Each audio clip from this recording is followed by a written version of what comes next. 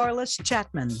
Getting Common covers a variety of topics and features guests from business, law, politics, government, education, and some of the most insightful entrepreneurs. It's a refreshing, common sense approach to some of the most important discussion points today. Now, here is your host, Carliss Chatman. Hello, everyone. I'm Carliss Chatman, and I'm your host of Getting Common. In my day job, I'm an associate professor at Washington and Lee's Law School. Today's episode is a part of our Entrepreneurship Series, and I will be highlighting Mark Simmons of Mixed Digital. Mark is a fellow Duke alum, and his business, Mixed Digital, has thrived in the Raleigh-Durham area for years, and it has expanded into the education sector. I'm excited to introduce Mark to you and to get into the discussion of all things Mixed Digital. Now, Mark, I gave a brief introduction of you and your company, but I'd love to hear how you introduce yourself and what your elevator pitch is for Mixed Digital. All right. Well, good morning, and thank you for having me on the show. Really appreciate it. So, as far as my elevator pitch, when I meet someone and try to explain what I do, I'll typically say, I'm the founder of Mixed Digital. We're a full service marketing agency servicing clients across multiple industries, though we specialize in the independent education or independent school industry because of our special expertise there. And so what made you want to start your own business and take this leap into entrepreneurship? It started early on because my father ran his own computer programming company. You know, kind of what you would think about as a software company these days was a little bit different back then, but seeing him run his own business in the way that it gave him the freedom to spend more time with the family always appealed to me. And I knew that going into the workforce, I wasn't going to stay there and continue to be an employee. In fact, when I started working at my first agencies, I paid attention to the business side of things and kind of made that plan in my head to go out and start consulting on the side. So I was consulting while I was still employed. And then once I got to a point where it made sense, I was able to step away. So what did you do right after you graduated? What industry sector were you in and what kind of work were you doing? So after I graduated, I started off in financial services. I needed a job, and getting a job as a financial services rep was sort of attractive to me, but it was also one of those things that kind of fell into my lap. And I did like what I did there. I was able to help people, and I learned a lot about my own personal finances and how to manage money, and all of that. And then that kind of led into marketing as we branched off into selling term insurance online. So that was that transitional period into the marketing from the sales. And why Durham? You could pick, other than the fact that you went to Duke, but you clearly aren't originally from North Carolina, so you could kind of pick anywhere in the world. And what makes you come back to Durham? Well, I had a great time in college, so that was definitely one of the factors there. And my parents actually moved down into the area before I did. So that was another factor that influenced our decision. I think ultimately, when it came down to my significant other at the time and I looking at purchasing a home, prices were out of control in North New Jersey where we were living, and we didn't see the value in it, and we decided to move down south. And so naturally, we landed on the Raleigh-Durham area, and eventually, after starting in Raleigh, moved to Durham. So with Mixed Digital in particular, you're in this interesting sector. I should say that, Mark helps design my blog and has done some of my own personal marketing and branding stuff for me. How do you get a company like Mixed Digital off the ground? How do you find your first customers? Like, what does it take to start something like that and turn it into something that is successful? Yeah, I think that you have, as an entrepreneur and budding business owner, you have options as to how you want to go about getting that business off the ground. Of course, you can go to the SBA, you can go to private investors and ask for money, right? Or you can bootstrap it. And that's exactly what I did. While working full-time, I scoured Craigslist really that was where I got my first opportunities. I scoured Craigslist, just looking for people that needed marketing help, and I cold emailed them or cold called them, and did that enough until I had some opportunities and started generating some income and call myself a marketing consultant. Where I made the transition from individual consultant to agency was when I was able to leverage my network, my professional network, to get introductions to larger businesses that needed marketing help. Fortunately, there were still enough businesses at that time, and this is back in 2009 or so, that hadn't embraced digital marketing and didn't know how to navigate the space and needed someone like myself and my team to help them navigate. And that's how I was able to make that transition and generate enough income to be able to step away from the full-time day job. So how long did you have to, kind of have this as a side hustle? How many years did it take you to generate these clients, get the team together, and then be able to just take a step away? Probably 4 or 5 years. Wow. Probably 4 or 5 years, getting small gigs.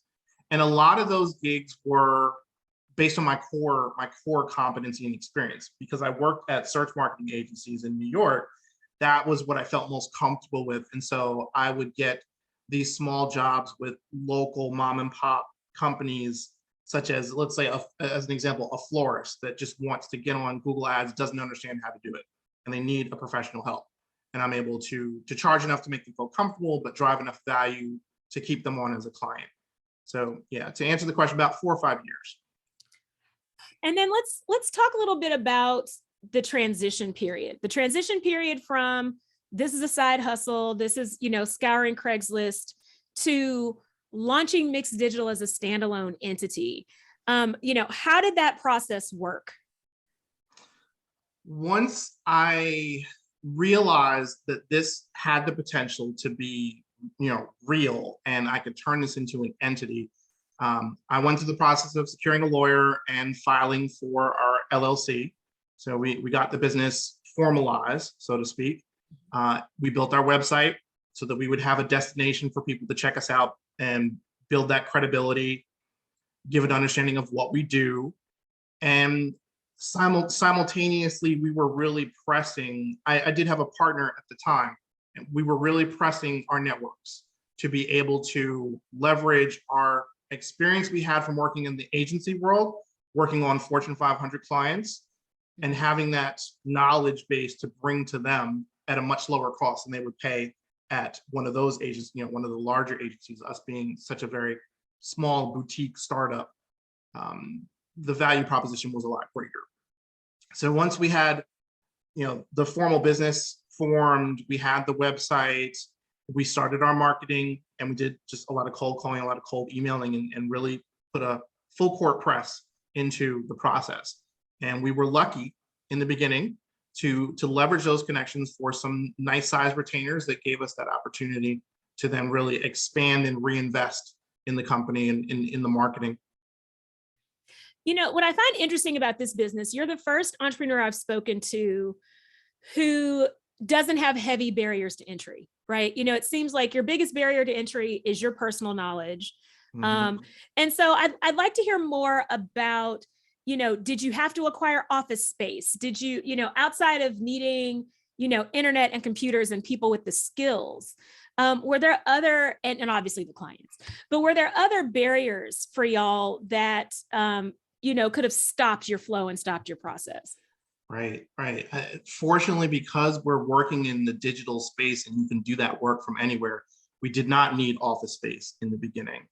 It took us a very long time to even rent co-working space and get that wrapped around our head that it would be beneficial for us to have a space for prospective clients to come and meet with us face to face and seem more professional.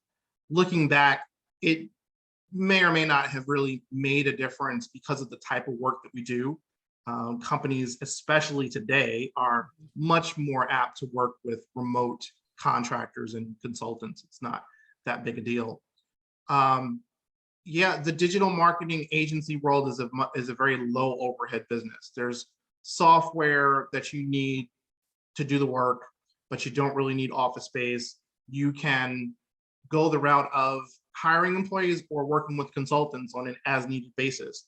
And so this digital agency or this virtual agency concept is a very attainable proposition for the right people, right? If you have that experience to be able to deliver quality work, and you're business minded to be able to manage people and relationships and clients, and you can make it happen with very low capital startup. Now, in your expansion, I always have this problem personally of hiring people, right? I tend to only hire my friends, as Mark knows, because it's hard for me to trust people and pass things off. And, I only want people who I absolutely trust. So basically anyone I've known for 20 years gets hired, and then anyone else, it takes a while. And so as you were expanding, even taking on a partner and, expanding into, needing to then hire consultants or employees, how did you manage that transition when you don't have an office space where you can look at them every day and you don't have the ways of getting to know people? Right. So typically the way that I sourced people that I collaborated with or in a sense hired, it would come from my professional network. So it would either be former coworkers or friends of former coworkers that were also in the industry, so that I felt comfortable and knew that they had relevant experience and some sort of track record, right? If I have people that I know that can vouch for other people, then that makes me feel a lot more comfortable. When it came to taking on actual partners, I've only had one partner in the history, and that was a former coworker. I knew how that person worked. We had very similar qualities in terms of doing the work, but we also had different skill sets in terms of myself being more business minded and him being more sales minded. Mm-hmm. It was a good collaboration because we complemented each other. When it came to the expansion into independent schools, the young woman who I worked with on that was about her skill set in independent schools. It was, she's got that direct experience. I've got the business and the reputation, right? The history with mixed digital. And you put that together, you bring the skills and the history and that credibility, it helps us market the proposition better for prospective clients. But I would say I am hesitant to hire or work with a perfect stranger. Mm-hmm. The same way that you are looking at working with friends. You want to have a good understanding because you're putting them in front of your clients, and it's your business. Your business becomes your baby. It's definitely my livelihood. And so I'm very protective of that in who I work with. Now let's talk a little bit about the growth and the expansion. What does mixed digital look like now? How many locations? How many employees? What are operations like from now? When you started way back in 2009. Right. So the headquarters is and probably will always be Durham, North Carolina.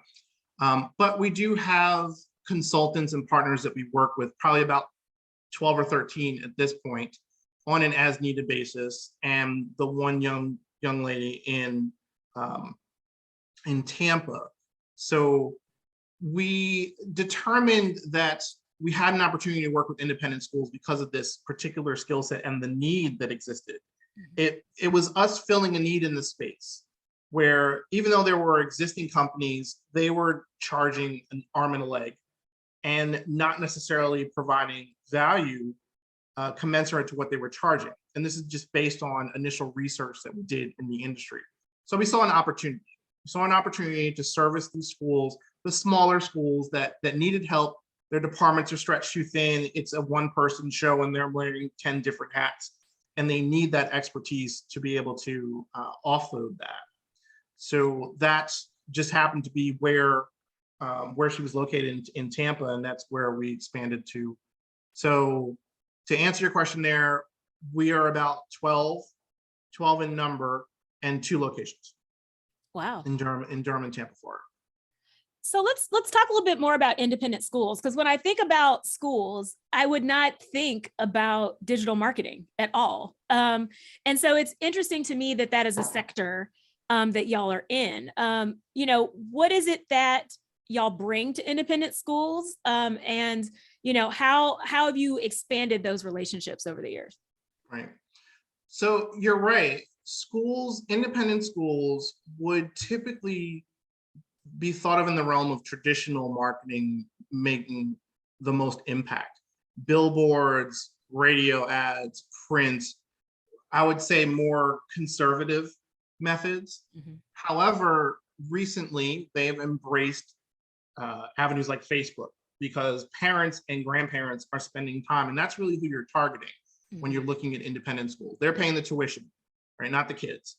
You want to get exposure for the kids, but the parents ultimately make that decision, and they're primarily on Facebook there.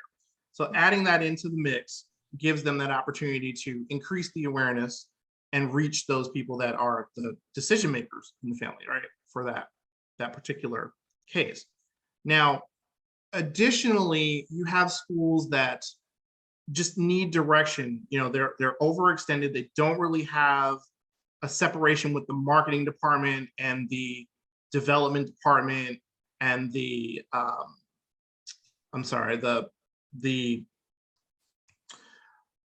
development department and the recruiting, the recruitment department. So, looking at it separately, marketing communications versus recruitment, they always need to bring up their admissions numbers and needing help in building strategy using software. That's where we come in to bring them sort of a process in place. Those that need to refresh their look or their branding.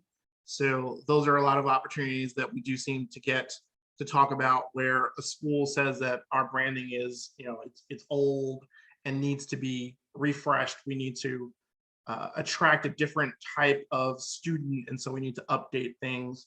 And that's where we come into play and are able to use our experience there in having worked with the schools from not only that execution standpoint of building out the assets, but developing that strategy to just give them that direction that they can use to improve their numbers. COVID has given us a good opportunity, unfortunately, because things have changed significantly. A lot of schools are past the remote learning only, and some of them are still in hybrid mode, but others are getting kind of back to the regular. But it still gave us that opportunity to help them adjust in their strategies to attract new schools, to retain new students, and just keep their operations growing and their population healthy. I find it interesting as someone who works in higher ed that, you're totally right. Our framework has changed significantly, right? Like it's not enough to mail out brochures, even in the higher ed context. You have to have visibility on all of these platforms, and you need to control what happens when people search you, right? Like what happens when people run a Google search of your school or of your faculty members. And I had never thought about that also being a factor in elementary education or lower education as well, that those schools too need that support. Now, I'd love to talk about what all it is, because people, you mentioned marketing, development, we haven't mentioned public relations, we've mentioned sales. And I think with a business like yours, even in retaining you as personally, I often don't know what your business does for people versus what happens when I call a PR firm, or what happens when I call like a traditional marketing firm. So I'd love to get into the weeds a little bit more about, what's the value add of contracting with a company like Mixed Digital? Right. So I guess the best way to explain it is that we help brands tell their stories in a digital world. We're going to take that information that they have about their brand, their unique selling positions, the why in what they do, and the value that they provide their customers, clients, or what have you, depending on what the business does. And then we translate that into a digital strategy. Where do we need to place you in order to reach as many of your target audience as possible? So we're using tools such as Google search, Google Ads, we're using social media advertising, we're using online banner advertising, if that makes sense. And we're getting into things such as interactive or streaming TV, running Hulu ads, so that we're really reaching a broader audience. Now, there's a big overlap because we also can produce traditional assets. We can produce print ads, we can do billboard ads, we can do bus stop ads or print mailers from a design perspective to assist them. We can also produce TV and radio spots. So that's why we call ourselves full service, where we're crossing a lot of different modalities to be able to support our clients in almost any need that they have. Different from a PR agency, because public relations is more about framing the public's view of a company, a brand, an individual, and working with them intently to craft that view. It's a different type of work. I'm not sure I'm explaining it perfectly well because it's not something that we specialize in.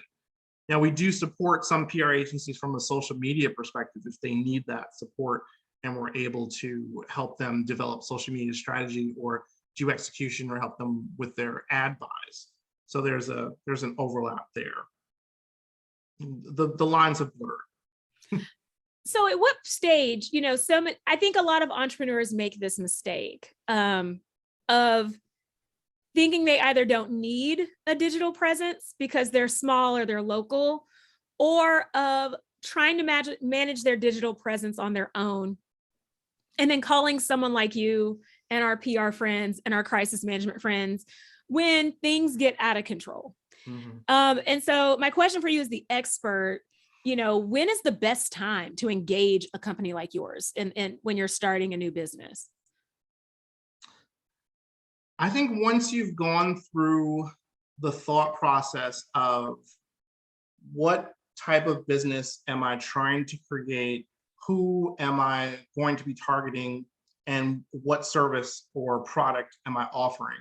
I think once you have a really strong understanding of those foundational elements, it's time to bring in a professional branding team. So now we're going to look at, all right, so let's do some research, let's do some focus groups and really understand what drives people to purchase your product or hire you for the service that you're offering. What should you look like from a visual standpoint? What's going to attract people and speaks to what you're offering? And then how are we going to get the word out? How does that align with your budget to be able to drive awareness for your new business, to reach those target customers that you're looking to reach and start building up revenue that you can then reinvest in the business to grow it and scale it?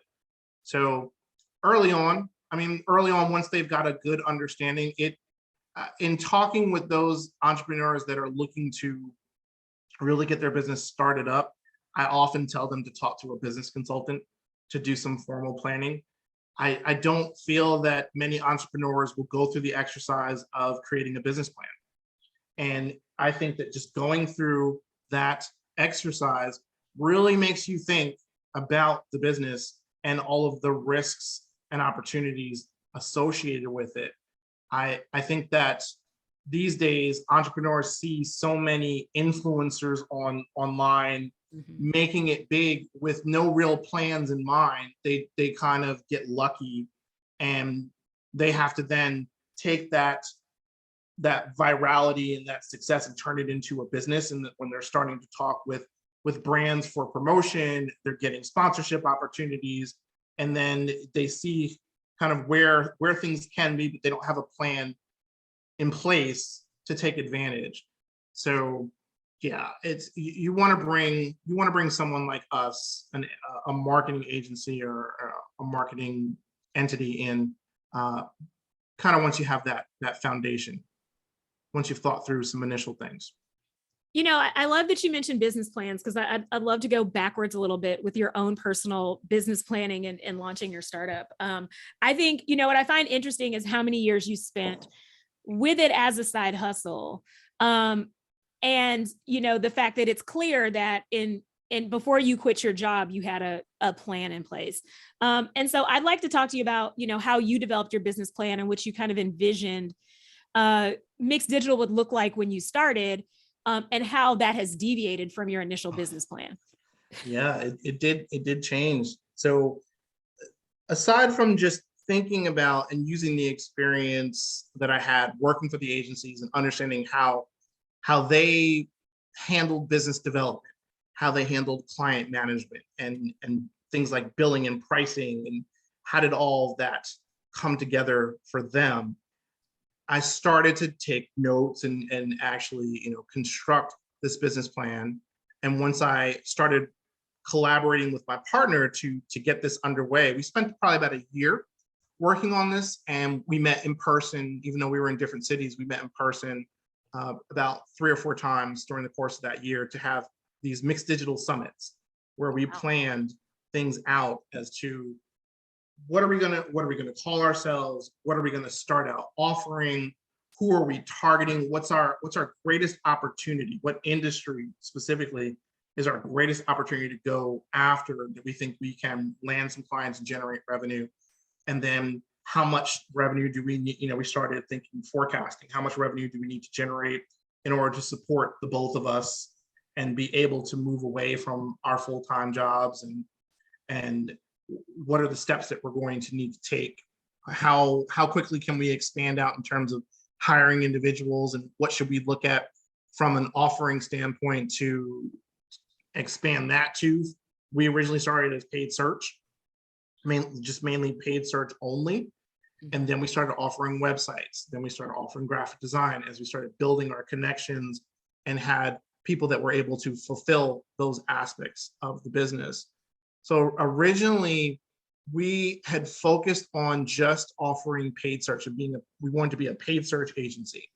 And we didn't have an industry in mind. We were just kind of it didn't matter. We were just searching for any opportunities that we had out there. And then it kind of morphed into thinking about those industries that we started to have more experience in. So I'd say now we're still, I guess, we still talk with prospective clients of any industry, but we promote based on real estate and independent schools because those are the areas that we have the greatest amount of experience as mixed digital. It makes it easier for us to tell our story because we have case studies, we have references, and we have all that information to back up our claims there. But yeah. I think that I'll just add, I think it's an ever evolving practice because opportunities present themselves at any time. Recently, I've had the opportunity to work with a couple of companies in the legal marijuana industry. One on the education side that offers certificates in things like horticulture and processing and cooking with cannabis. And on the other side, doctors that do consultations for medical marijuana. So there's an opportunity there because marketing for those areas are very difficult. Where marketing is very difficult. Sites like Facebook and Twitter and LinkedIn don't allow it. And with Google, you have to be very careful as to how you word things in order to get it to pass through editorial. So there's a skill, there's a definitive skill involved there. And because of that, a lot of companies are not advertising on Google, which gives us the opportunity to work with those that have the ability to, but don't know how. We solve a problem. It's the classic example of fill the need. And that's what we're trying to do there. So that's something that I didn't expect. That's an industry that I didn't expect to have opportunities in, but you have to be agile and seize those opportunities when they arise. Well, I had no idea that, I hadn't thought about the fact that I'd never seen an ad on Facebook or Twitter for anything involving legal marijuana, but it totally makes sense. If you could, I would see it, right? Because we see ads on everything. Right. So I'd never thought about why, I always forget that what I see on my phone is designed and targeted by people like you. right? Yes, it Like is. it's programmed to target me specifically. As you think about expanding, I know you've done a music festival before. You've done some other things, and things that are kind of off the beaten path, of which you normally do, your normal bread and butter, and expanding. When you think about expanding in the future, do you think of bringing in more investors? Do you think of taking on debt to do those expansions? What's your thoughts on capital and how because it obviously takes money to make money, right? So what are your thoughts on how you use capital as you grow? I have been very adverse to taking on investment capital or any kind of debt. Well, I shouldn't say debt because I will use debt. Unfortunately, mostly it's credit, but I still will avoid using investors if I can. I'd say that in terms of expansion, because our operations and our operational costs are so manageable, it's easy for us to add on additional services and personnel. When you're able to work with consultants that kind of have their own practice and their own specialty, and you're just bringing them in on a project here or a project there, you are able to avoid having to hire on additional employees. I think at some point in time, I would say definitely pre-COVID, I was thinking about hiring physical W-2 employees, possibly a couple to work in the office that I was renting in downtown Durham. COVID changed everything. And now it's changed my mindset of, do I really need the office space to survive and grow and thrive? And do I really need to have full-time employees in order to do the same? So it's something I'm still thinking about. I don't have the full answer there. I can just tell you that I don't have any plans to take on any investor debt and have additional individuals with a say in how I run the business. That's the fear there mainly. That's interesting. I think you're actually, you're not the first person to say that. I talked to a lot of entrepreneurs who either, if they take on investors, they'll only do debt financing where they can buy them out at some point and it's only temporary, or they've got their core group and they're not planning to bring people on at all.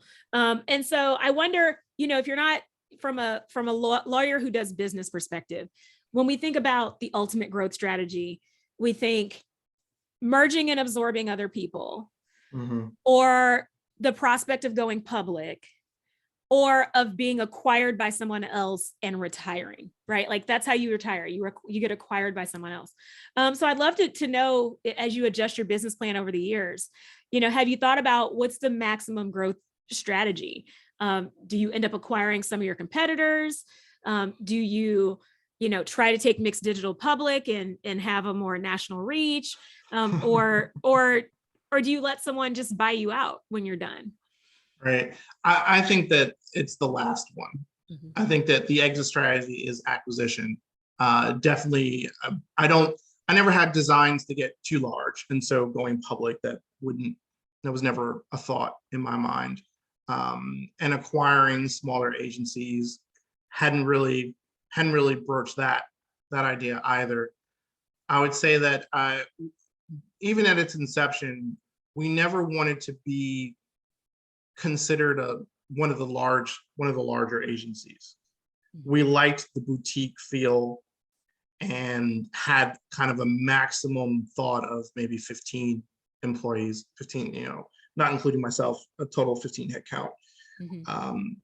We always thought of ourselves a little bit differently than those larger agencies in terms of the level of service that we provide. We like to hire, and all of the people that I've been fortunate enough to work with are at a higher level of experience. They just have more years under their belt.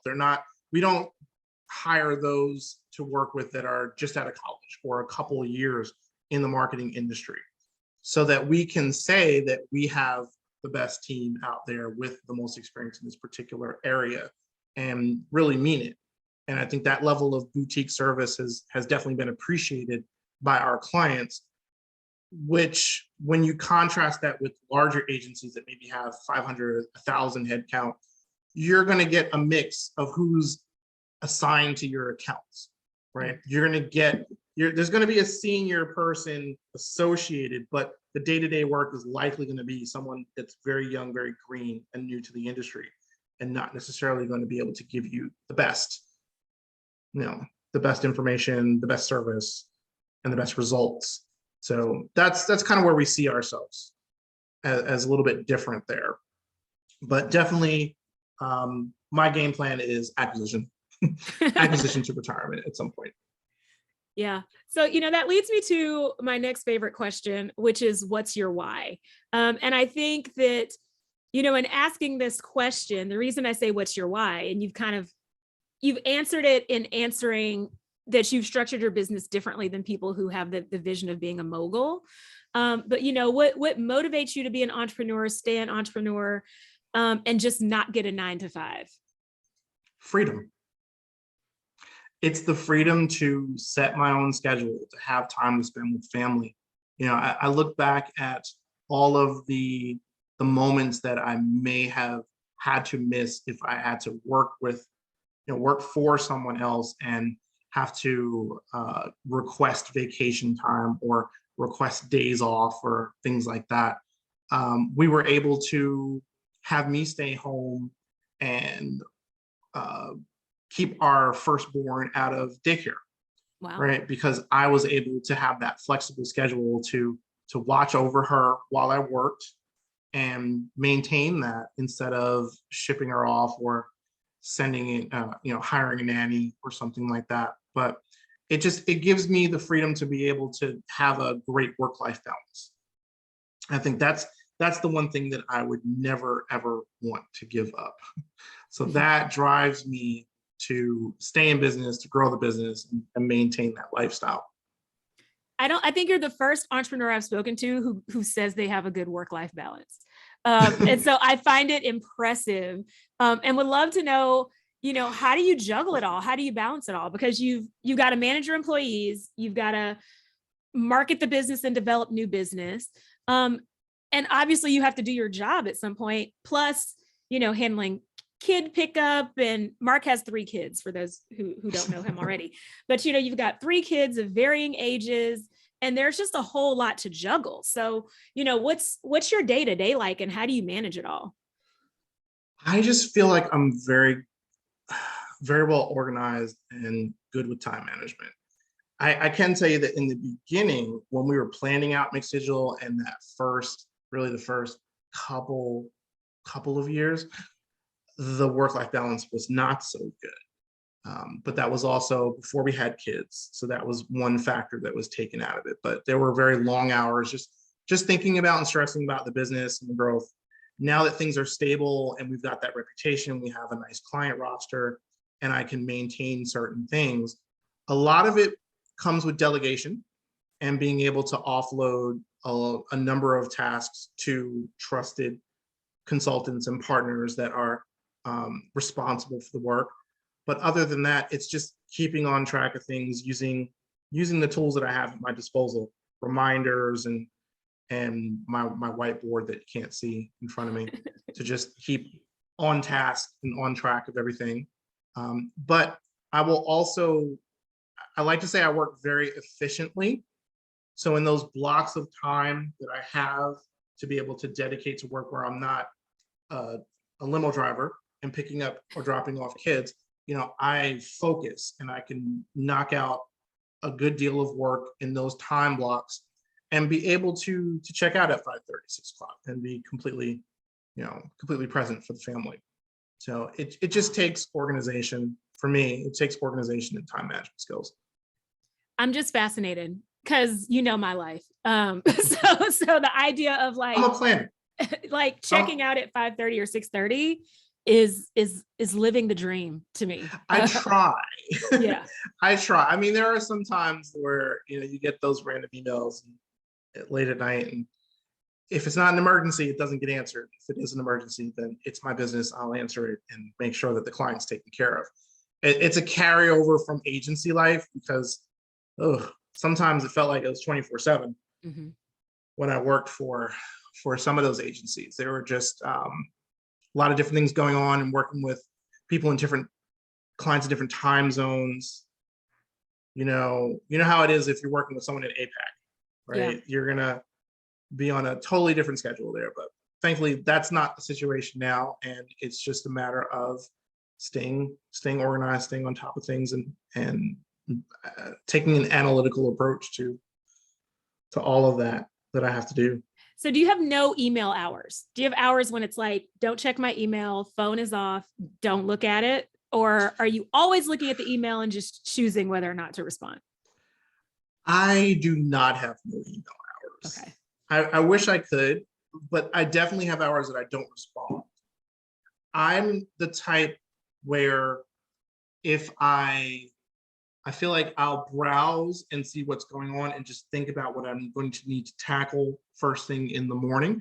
And I'll start early. As soon as I get a moment in the morning schedule, I'll start responding to people and getting that just out of the way. But I won't respond I tend to not respond in the evening. And I do, just because I'm always checking my phone.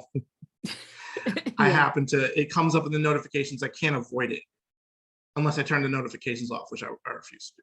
So awesome. It's one of those things I've worked with, but I don't find it stressful at this stage. Yeah. I mean, I think I'm used to, I started practicing law in the era of the BlackBerry. So I got used to I tell my students I used to sleep with my BlackBerry under my pillow, which is crazy. But, I always would have it be on do not disturb from like midnight to 4 at least. And so now I dial that back to 11 to 4, but I try to do the same where even if I see it, I don't reply to it. I also just think I try not to have emails, although Mark's going to call me a liar. I try not to have emails in people's inboxes before 7 a.m. I'm like, because they're probably sleeping or doing whatever, but I'm a habitual like 5 a.m. emailer, like before I get up and go work out or whatever. And anytime I hear someone that has a better handle on life, which Mark clearly does, I'm taking personal notes today. I'm not even taking notes about his business. I don't know how I do. I don't know, by the grace of God. Yeah. I make it work. So my next question is, what can we do as listeners, as the general public, to support Mixed Digital? Like, what do you need from us to help your business, to support your business? Just talk about it. I mean, just, kind of keep an ear out when someone is talking about them having a marketing challenge or not understanding how to utilize something in the marketing space that, that we have a handle on, or referrals. I guess that's really, it's referrals to us, because whenever someone refers us, we're coming in with that automatic comfort level, as opposed to someone finding us on their own through our marketing. It's a totally different scenario. And a lot of our growth can easily be attributed to referrals. We try to satisfy every client that we work with, right? Happy clients lead to referrals. And so that's the best way that you can help us. And it can be in all areas of marketing, from graphic design, web design, video production, social media marketing, advertising, even running TV and radio spots. We've grown so much to do almost anything in support of brands in need of telling their story.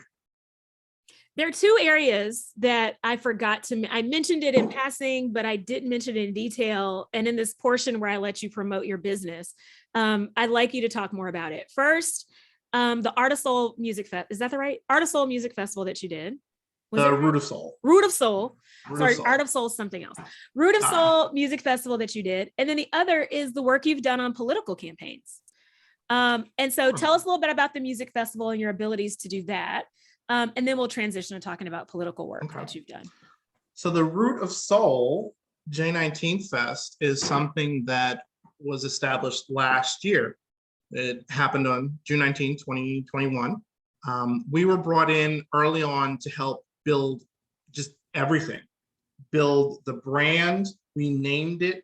We came up with the visual concepts, the logo design, website, and then we helped promote and sell tickets to drive it to a successful inaugural event.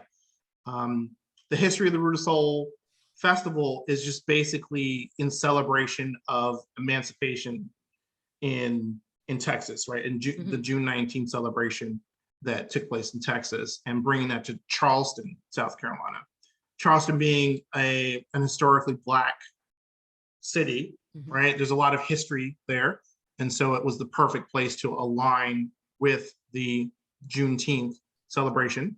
And last year was an interesting year because with Juneteenth becoming a national holiday, the popularity was sky high, but we were also dealing heavily with COVID. So it was challenging in that respect, where I feel like it could have been 3 times more successful in terms of attendance if COVID wasn't a factor.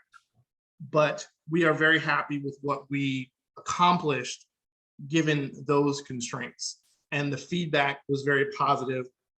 We got a lot of great feedback in terms of the branding that we did, that it was a very exciting design. It fit, it gave a nod to history. And on the client side, they were very happy with the work that we did. We not only did Facebook and Instagram ads, but we produced radio spots. The only thing we didn't do was TV. Oh, wow. We didn't have TV assets, but that was a fun campaign, and we're working with them again this year on some aspects of the festival. It's changed a little bit. It's on June 11th instead of June 19th, and it's in partnership with 2 other festivals. One, the Juneteenth week, and Juneteenth, I forget what the other name was, but two other festivals in Charleston. So they're kind of working together to expand that reach out for an entire week. And we have worked with other events. We've done other event marketing before, but this was definitely by far the most fun, because we were there from the beginning. It felt like our baby. We were able to create it from scratch, which was a lot of fun. The political side of things. So we got into political ads probably 5 or so years ago. Our first opportunity came from a fraternity brother of mine who was running for treasurer in North Carolina. And he saw a video that we produced in promotion of the agency and said, "Hey, I see you do video. I'm running for treasurer. Can you do a video for my campaign?" So we worked with them to develop the script, the concept, decided where we were going to shoot it, did all of the production and the editing, and were able to produce two nice looking spots for his campaign. Unfortunately, he didn't win, but next time that happens. It Yeah. happens. From there, we went on to work with a couple of mayoral candidates, a Senate candidate, and then our greatest achievement participating in the Biden-Harris campaign. We were part of the production that produced the Black Mayors for Biden campaign. So I want to say it was 21 mayors across the country, and we shot 5 of them. Wow. And they put it all together into this one big spot. But that was an incredible opportunity for us to be able to work on a presidential campaign after coming from, just managing state level and city level. To get to the national platform was exciting for us. You really buried the lead, Mark. like to be like, oh yeah, I planned a festival, and we worked on the Biden-Harris campaign. I mean, Yeah. I forgot about that one. I knew about the treasurer one, but I forgot about Biden-Harris. So that's, you're quite modest for a marketing person to not talk about how you worked on a presidential campaign. I might have opened the interview with that if I were Okay. I'll remember that. I'll take that note for next time. Yeah, I mean it definitely has given us the opportunity to talk to more people now that they see that we've worked on that presidential campaign for their campaigns, and so that's given us some good opportunities. It's also given us opportunities to create different types of TV spots, commercial and what we call like corporate training and recruitment type videos as well. So within that realm of video production, we've gotten a lot more opportunities to add some video projects to the mix. We're happy about that. I'm curious why Root of Soul did not do TV ads. I think that it was that since it was their first year, they wanted to intelligently spend their budget, and TV production and running the media, paying for the media on TV can be pricey. And so I think that that's something they'll probably pursue in the future. But in the first year, I think there were so many things going on to just make sure that first year was a success, that they didn't want to overcomplicate it. I'm curious, your opinion on, I've noticed now when I open Hulu or I open Amazon, I'm seeing more local ads. It's as if they can tell exactly where I am and show me things based on my location. So if I log in Texas, the ads look different on Amazon or Hulu than they do if I log in Virginia. And I would love your opinion as a marketing person. Is there more value in that digital advertising that's targeted, or is it worth it to keep doing, traditional TV commercials? So I think in my professional experience, and having just worked with the campaign that dealt with IRS extensions, we felt it was more valuable to have that local presence. It enabled us to, again, more intelligently spend the client's budget, to target a smaller area and be able to get more feedback on the results of that effort. When you're doing a national buy, it's a lot, you're spreading your budget much thinner, unless you've got an exorbitant budget, which most companies do not have, unless they are big enterprises, right?